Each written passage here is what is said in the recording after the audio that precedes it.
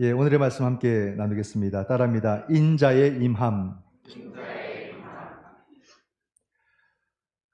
오늘이 대림절의 시작입니다. 대림절은 굉장히 우리에게 중요한 절기이고요. 우리의 신앙을 또 새롭게 할 그런 시간이 되었다. 물론 모든 절기가 다 나름의 의미가 있지만 이 대림절은 더더욱 가장 우선된 신앙을 또 우리 가운데 가르쳐주고 있는 그런 절기입니다. 하기 때문에 이 대림절, 우리는 성탄절 때문에 대림절을 그냥 쉽게 보내는 그런 경향이 있는데 결코 그렇지 않습니다. 성탄절은 나중이고요. 오랜 시간, 대림절의 시간을 보내는 것입니다. 이것이 어찌 보면 참 진짜 신앙이 아닌가 그런 생각을 합니다. 그래서 오늘의 말씀을 통해서 우리는 이 대림절의 신앙을 내가 반드시 붙들고 살아가야지라고 결단하고 고백할 수 있는 그런 시간이 될 수 있기를 바라면서 이 말씀을 함께 나누고자 합니다. 오늘 우리는 마태복음을 보는데요. 마태복음은 전체가 28장까지 있고 많은 내용을 담고 있습니다. 마태복음이 쭉 좀 평이하게 말씀이 쭉 진행이 되다가 저기 뒤에 21장부터는 분위기가 확 바뀝니다. 급반전되는 그런 장면을 보여주게 되는데 21장부터 해서 예수님의 순환사와 그 십자가로까지 가는 그 고난의 길이 시작이 되는 겁니다. 어떤 사건부터 출발되냐면 예루살렘에 들어가시는 것부터 해서 그때부터 아주 상황이 급반전되는 그런 모습을 보여줍니다. 그러면서 예수님과 유대 지도자들이 엄청난 충돌을 해요. 그런데 예수님은 그것을 거부하지 않습니다. 충돌이 필요할 땐 충돌을 하시면서 그 길을 걸어가시는 예수님의 모습을 보여줍니다. 연약한 자, 병든 자에게는 특히 한없이 따뜻하고 자비하고 사랑스러운 그 주님께서 이런 외식하는 유대 지도자들과 부딪힐 때는 한없이 강한 분으로 또 그들과 충돌하는 그런 장면도 보여줍니다. 결코 물러나지 않습니다. 그러면서 23장에 보게 되면은 주님께서 서기관과 바리새인들을 향해서 정말 외식하는 자, 위선자 이런 말씀을 하십니다. 그리고 24장에서는 제자들이 예루살렘 성전을 보니까 너무너무 좋아서 그 성전을 막 칭송합니다. 막 칭송하니까 주님께서 도리어 막 그런 좋은 분위기에 찬물을 끼얹어 버리는 거죠. 이 성전이 무너지리라. 이렇게 말씀을 합니다. 성전이 무너진다는 얘기는 상당히 놀라운 얘기예요. 큰 이야기입니다. 왜냐하면 유대인들에게 있어서 성전은 전부거든요. 그들의 삶의 중심이고 그들의 신앙의 중심이에요. 성전이 무너진다는 것은 그냥 자기가 사라지는 겁니다. 모든 게 사라지는 거예요. 우리도 성전을 짓고자 하는 이런 고민 속에 있는 시간인데 정론 기도도 단순한 건물이 아니라 거룩한 성전인데 하나님의 임재가 떠나버리면 더 이상 그것은 아무런 의미가 없는 공간이 되고 마는 거예요. 참 이것을 우리가 잘 지킨다는 것이 쉽지 않습니다. 정말 하나님의 영광이 임하는 그런 성전을 세워갈 수 있을까? 그런 공동체를 우리가 만들어갈 수 있을까? 너무나도 중요하지만은 하나님이 떠나버린 공간이 되고 말았어요. 그렇기 때문에 주님께서는 그 성전이 무너지리라 이렇게 말씀을 하셨습니다. 성전이 무너진다는 것은 세상이 멸망하는 것과 유대인들에게는 똑같은 의미죠. 그러므로서 주님께서는 성전이 무너진다는 말씀과 함께 바로 대재앙, 대재난이 일어날 것이다는 것을 말씀하십니다. 그러면서 등장하는 단어가 인자라는 말이 성경에 나옵니다. 인자라는 말은 구약에서부터 포로기 때부터 나오기 시작하는데요. 이건 묵시적인 언어예요. 인자는 심판의 주로서 성경에 보면 사용이 됩니다. 심판의 주가 오신다는 거죠. 그가 오실 때에 어떤 일이 일어나는가? 오늘 본문 앞쪽에 있는 29절과 31절까지 보면은 해가 어두워지고 달이 빛을 내지 아니하며 별들이 하늘에서 떨어지고 하늘의 권능들이 흔들린다. 징조가 하늘에서 보이는데 그때 땅의 모든 족속들이 통곡하고 인자가 구름 타고 능력과 큰 영광으로 오는 것을 보리라. 그가 큰 나팔 소리와 함께 천사들을 보내리니 그들이 그의 택하신 자들을 하늘 이 끝에서 저 끝까지 사방에서 모으리라. 이렇게 말합니다. 모든 게 다 바뀌는 거예요. 모든 게 변화되는 겁니다. 인자가 오실 때. 그죠? 참, 이런 날이 오는구나. 세상이 다 바뀌어버려. 뒤집혀지는 거예요. 우리가 눈으로 보는 모든 것들이 그때는 존재하지 않는, 완전히 달라져 버리는 그런 세상을 한번 상상해 보시기 바랍니다. 그러니까 우리가 지금 애지중지하는 것들이 있죠. 우리가 붙들고 살아가는 것, 내가 의지하고 살아가는 것, 그것이 무엇이든지 여러분 그것이 다 사라진다면 어떨 것 같습니까? 너무 아까울까요? 너무 아쉬울까요? 이걸 내가 어떻게 얻었는데, 이걸 내가 어떻게 가졌는데, 그런 생각이 들 수 있죠. 그러나 우리가 건강할 때는 그런 마음을 가질 수 있지만 여러분 대재난 아니면 세상의 마지막이 오면 더 이상 그런 것에 미련을 두지 않게 된다는 겁니다. 더 큰 것이 지금 일어나고 있기 때문에 이런 사소한 것에 마음을 두지 않게 되죠. 우리 개인의 종말도 마찬가지입니다. 우리 한 사람이 이제 내 죽음이 가까웠다 할 때는 다른 관심사를 내 삶에 두지 않습니다. 어디 여행 갈까? 내가 뭘 더 맛있는 걸 먹으러 다닐까? 그런 고민 안 하거든요. 도리어 자기 삶을 깊이 있게 돌아보게 되고 또 주님과 1대1로 서게 되는, 만나게 되는 그런 시간으로 들어가게 되는 거죠. 그러면 우리 사람들은 그런 이야기를 합니다. 그 날에는 우리가 무언가를 붙들 수 있는 것도 아니고 무언가를 할 수 있는 것도 아니라면은 그냥 살아있는 동안 잘 먹고 잘 살고 행복하게 사는 게 최선이구나. 그런 생각을 할 수가 있죠. 그런 말은 틀린 말이 아니죠. 세상 사람들도 그런 얘기를 합니다.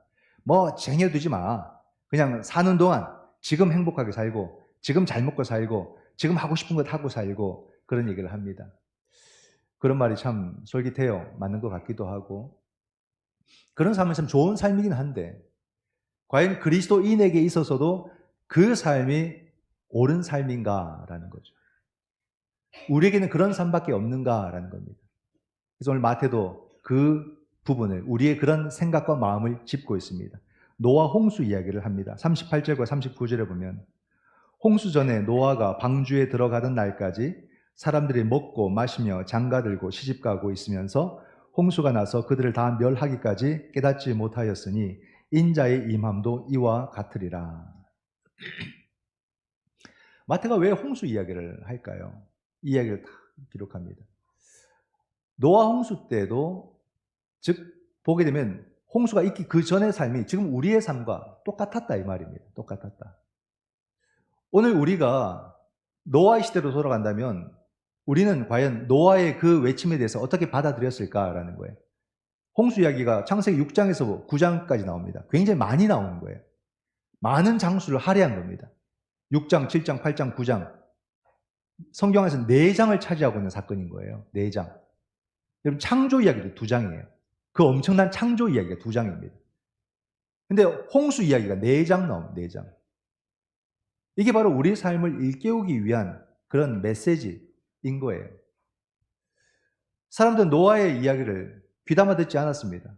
오늘 우리가 노아 시대 가도 이렇게 좋은 세상에 무슨 세상이 홍수로 멸망한다고 엉뚱한 소리야. 상식적이지 않다. 저 사람 좀 이상한 것 같아. 그런 이야기 하지 않겠습니까? 우리는 상식과 합리성 가운데서 우리 삶을 지탱하고 그 기준 속에서 살아갑니다. 여기서 벗어나면 굉장히 불편하고 불안해지죠. 그 사람은 상식적이어야 되고 합리적이어야 된다는 겁니다. 근데 여러분 신앙은 상식과 합리성을 갖고 있지만 그것을 넘어서는 거예요. 그걸 넘어서는 신앙의 세계를 우리가 가져야 되는데 그 이상의 것을 생각하지 못하고 그 이상의 것을 마음에 두지 못하는 것이 우리들의 어떤 정도인 거죠. 정도. 내가 이 정도에 있구나. 나도 지극히 수학적이고 과학적이고 1 더하기 1은 무조건 2가 나와야 되는데 이게 딴 게 나오면 엄청 불편해지는 거예요. 나도 여기 너무 익숙해져 있구나. 말이 안 되는 소리를 듣지 못하는 내가 그 정도 내가 굳어져 있구나. 이렇게 우리가 생각할 수 있지 않겠습니까? 그러니까 우리 또한 노아 시대에 가게 되면 노아는 합리적이지 않고 이 땅 가운데 적응하지 못하는 그런 존재로서 보여지는 거죠. 그러니까 사람들이 먹고 마시고 결혼하고 장가가고 이렇게 해서 살았다는 말입니다. 즉 노아 시대 때 우리보다 특별히 죄를 지었다가 아니라 그냥 우리처럼 살았다 이 말이에요. 살았다. 우리처럼 살았다는 겁니다. 그들도 배울 만큼 배웠고 가질 만큼 가지고 우리처럼 나름의 교양도 있을 것이고 그렇게 살았다는 말이에요. 우리 노아 시대 하면 엄청난 범죄를 저지른 것처럼 이렇게 생각하지만 가만히 보면 그냥 우리가 산 삶의 태도를 똑같이 말해주고 있단 말입니다. 그러니까 이렇게 사는 삶이 우리는 옳아 보였는데 이게 신앙의 시각에서 보니까 엄청 잘못된 모습이 있더라 이 말입니다. 그들은 왜 노아의 그 메시지를 받지 못했을까? 왜 그 말 속에서 하나님의 섭리와 하나님의 뜻을 발견하지 못했을까라는 겁니다. 36절에 보면 그 날과 그때는 아무도 모르나니. 나름 똑똑하다고 하는 사람들이 아무도 몰랐다는 말이에요. 몰랐던 거예요. 37절에 보면 노아의 때같이 인자의 임함도 그러하리라. 즉 오늘 인자의 임함을 이야기하는데 노아의 시대를 비유로 들었다는 말이에요. 즉 노아의 때나 지금 오늘 우리가 살아가는 때나 똑같다 이 말입니다. 그때나 지금이나 인자의 임함에 대해서 어느 누구도 기대하지도 않고 어느 누구도 기다리지도 않고 그냥 자기 삶을 산다 이 말이에요. 그렇지 않습니까? 인자의 임함. 여러분 과연 모든 것이 새롭게 다 변하는 그때를 성경은 인자의 임함, 오늘의 설교 제목으로 말하는 인자의 임함이라 말합니다. 그 임함이라는 것은 도래, 임함, advent, the advent 하면 그게 바로 대림절이에요. 대림절. 대림절이 바로 이걸 일깨우는 겁니다. 대림절은 우리가 교회력으로 예배를 드리는데요. 모든 그 예배력의 가장 처음이 대림절이에요. 즉 오늘 우리가 바로 교회력으로는 새 첫 예배를 드리는 겁니다. 첫 예배가 여기서 시작되는 거죠. 많은 절기가 있지만 그 모든 절기의 가장 앞에 대림절이 있는 거예요. 우리의 신앙은 대림절 신앙으로 시작한다 이 말입니다. 대림절의 신앙은 우리 신앙의 핵심을 담고 있어요. 2000년 전 유대 땅 베들레헴에 오셨던 아기 예수님을 기억하고 또 세상 끝에 다시 오실 그 재림의 주를 기대하며 그 과거에 오셨던 주님과 다시 오실 그 주님을 오늘 나의 주님으로 고백하고 그 주님과 함께 살아가는 것이 바로 대림절의 신앙인 거예요. 그러므로 가만히 보면 과거와 미래와 현재가 전부 다 예수 그리스도와 연결되어 있는 거죠. 예수 그리스도. 그래서 예수 그리스도를 역사의 주인이라고 말하는 겁니다. 주님도 역사의 중심에 오셨지만은 주님의 역사의 중심에 오셨던 그 십자가 사건과 부활의 사건은 역사를 소급해버리는 거예요. 그 이전의 모든 사람들도 예수 그리스도의 은총 가운데 있게 되는 겁니다. 이게 십자가의 능력이에요. 우리의 시간은 시작하는 시간부터 미래를 향해 있지만은 예수님은 역사의 중심에 오셨는데 그 중심에 오셔서 이루신 그 십자가와 부활의 사건은 역사의 과거와 미래를 다 담아내는 그런 능력이라는 말이에요. 그런 은혜라는 말입니다. 즉 세상의 완성은 예수 그리스도 안에서 이루어진다. 이게 우리들의 믿음입니다. 이게 우리들의 신앙입니다. 그런 것처럼 노아 홍수처럼 그것을 믿고 받아들이면 구원을 받을 것이고 그것을 받아들이지 않는다면 구원을 받지 못할 것이다. 그 이야기를 하는 거 아니겠습니까? 그날에 어떤 일이 벌어질까? 주님이 다시 오실 때 40절과 41절에 보면 그때 두 사람이 밭에 있음에 한 사람은 데려가고 한 사람은 버려둠을 당할 것이요 두 여자가 맷돌질을 하고 있음에 한 사람은 데려가고 한 사람은 버려둠을 당할 것이니라. 주님이 다시 오신다고 말씀하시고 그 날에는 이런 일이 일어난다. 여기서 뭐 밭도 있고 그리고 맷돌질도 하고 이런 모습인데 이건 의미가 없어요. 밭에서 일할 때 사람들은 다 그냥 거기서는 구분이 안 된단 말입니다. 맷돌질을 하는 것, 밭일을 해야 될지 맷돌질을 해야 될지 이런 얘기가 아니죠. 그냥 맷돌질을 할 때도 사람들은 구분이 안 되는 거예요. 그런데 그렇게 하다가 그 날이 되면은 한 사람은 데려감을 당하고 한 사람은 버려둠을 당하고 밭일을 하다가 또 맷돌질을 막 여러 사람이 갈다가 한 사람은 데려감을 당하고 한 사람은 버려둠을 당한다 이 말입니다. 즉 우리가 이렇게 살아가는 모습 보아서는 모른다는 말이에요. 내가 직장 생활을 하든지 내가 현장에서 일을 하든지 내가 학교에 있든지 내가 뭐 병원에 있든지 어디에 있든지 간에 그 모습으로는 모른다는 말입니다. 그러나 결국 주님께서 오실 때에는 평범하게 살아가던 그 사람들 무리 속에서 데려감을 당한 사람이 있고 버려둠을 당한 사람이 있다는 말. 두렵지 않습니까? 우리가 죽을 때에도 생을 마감할 때 주님과 함께하는 사람이 있고 주님으로부터 버려지는 사람, 멀어지는 사람이 있다. 이건 참 너무 무서운 말 같아요. 두려워서 언급하기도 싫은 그런 말이 됩니다. 참 그런 모습이 있다는 거예요, 여러분. 주님으로부터 데려감을 당하는 그 축복을 우리가 누리고 살아야 되는데 내가 사는 이 모습이 노아 홍수 이야기를 비유로 들듯이 나는 괜찮다고 생각했던 내 모습이 그 배에 올라타지 못하고 있는 주님의 어떤 그런 뜻을 깨닫지 못하는 그런 상태로 나중에 혹시 버려짐을 당하는 것이 아닌가. 그 두려움이 있다는 거예요. 참 무섭습니다. 그 저는 참 이 말씀을 준비하면 생각하기를 나는 나의 마지막에 예수 그리스도께서 나와 함께 하신다는 믿음을 저는 끝까지 갖기를 원합니다. 그리고 그것이 나의 전부가 되기를 바라요. 거기에 다른 것이 들어오지 않기를 바랍니다. 그거 외엔 나에게 중요한 게 없기 때문에. 마지막에 남는 건 그거밖에 없기 때문에. 그래서 내가 사는 동안 예수 그리스도께로 가까이 가기 위해서 몸부림을 칠 거예요. 어떤 모습으로든. 어떤 모습으로든.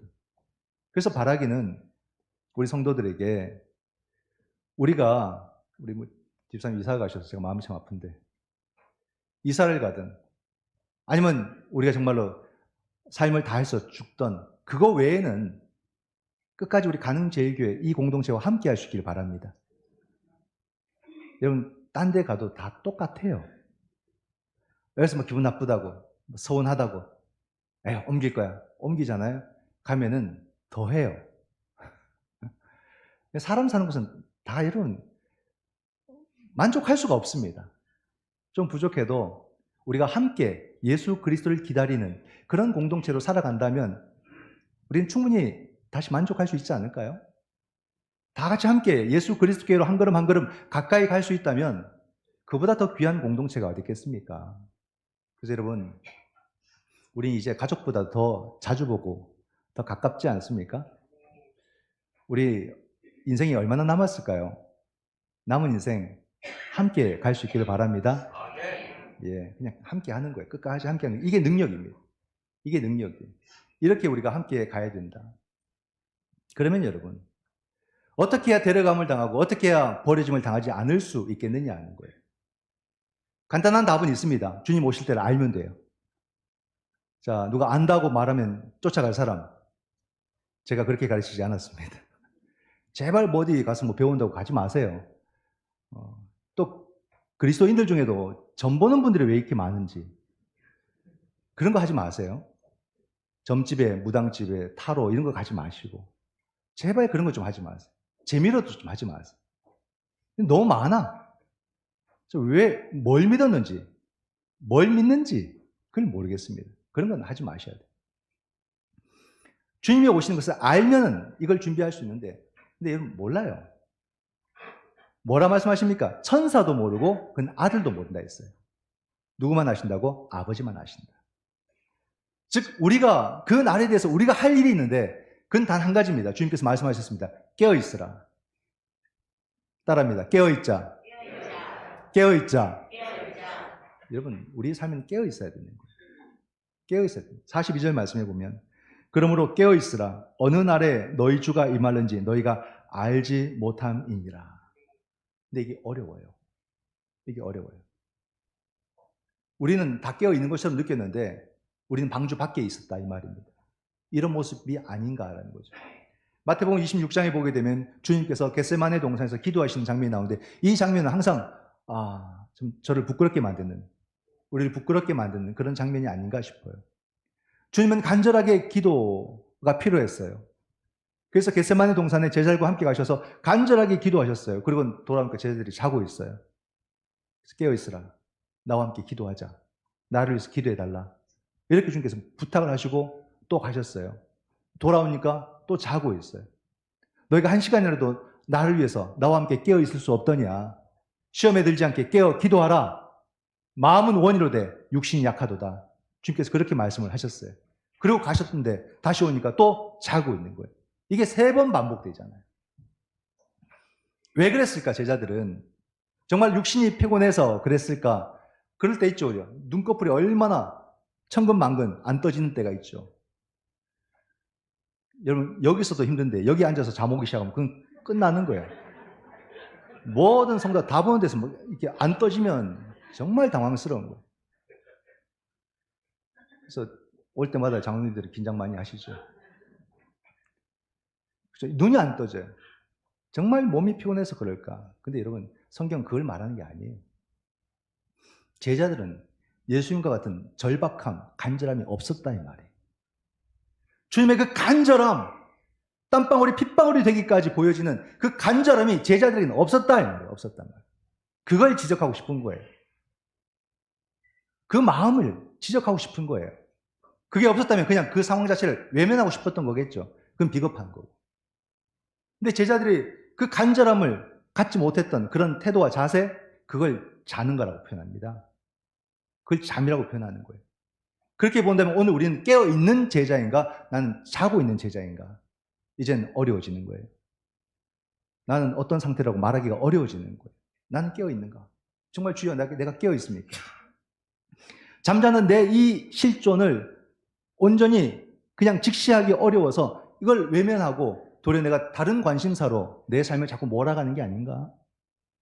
더 그냥 돈을 버는데 과몰입하고 아니면 뭐 취미생활에 더 과몰입하고 아니면 오늘날 막 이 핸드폰 보는데 과몰입하고 오늘 핸드폰은 거의 종교화된 것 같아요.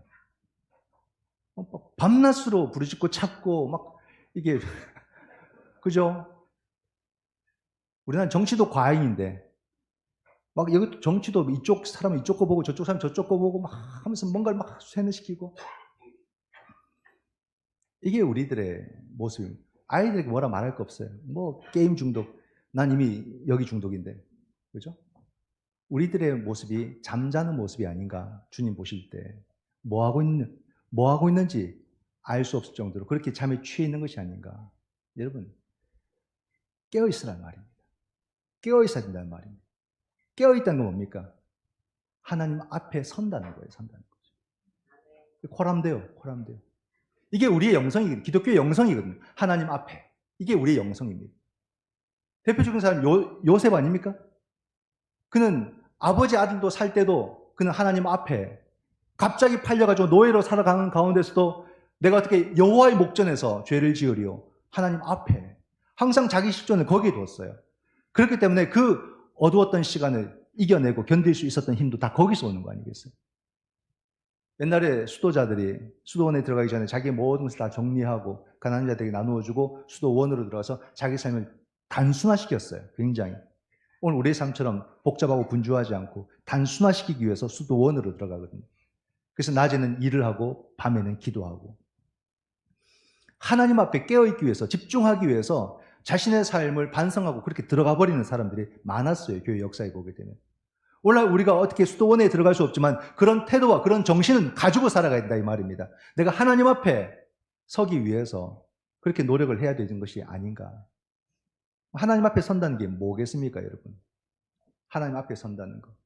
그것이 바로 하나님의 뜻을 물으며 하나님의 말씀을 알아가며 하나님의 생각을 물으며 그렇게 살아가는 그런 삶의 태도를 말하는 거예요.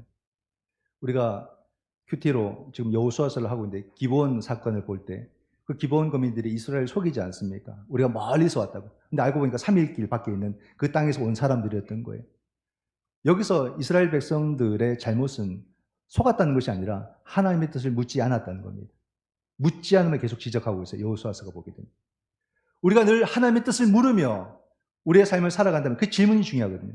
계속 그 뜻을 묻게 될 때에 그것이 바로 하나님 앞에 서는 그런 삶의 태도를 가지고 살아가는 거죠. 나는 하나님 앞에 살아가는가? 어떻게 점검할 수 있는가? 내가 돈을 벌든 내가 무엇을 하든 그것이 하나님께로 가까이 가는 일이라면 우리는 깨어서 살아가는 것이고 내가 무엇을 하든 내가 하나님과 점점점 멀어진다면 그것은 우리가 잠자는 그런 제자로 살아가는 모습이 된다는 것입니다. 오늘 우리는 여러분 정말 깨어있는 성도.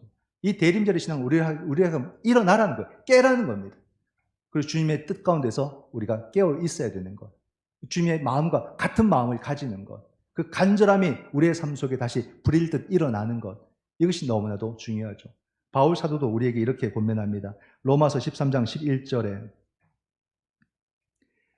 또한 너희가 이 시기를 알거니와 자다가 깰 때가 벌써 되었으니 이는 이제 우리의 구원이 처음 믿을 때보다 가까웠습니다.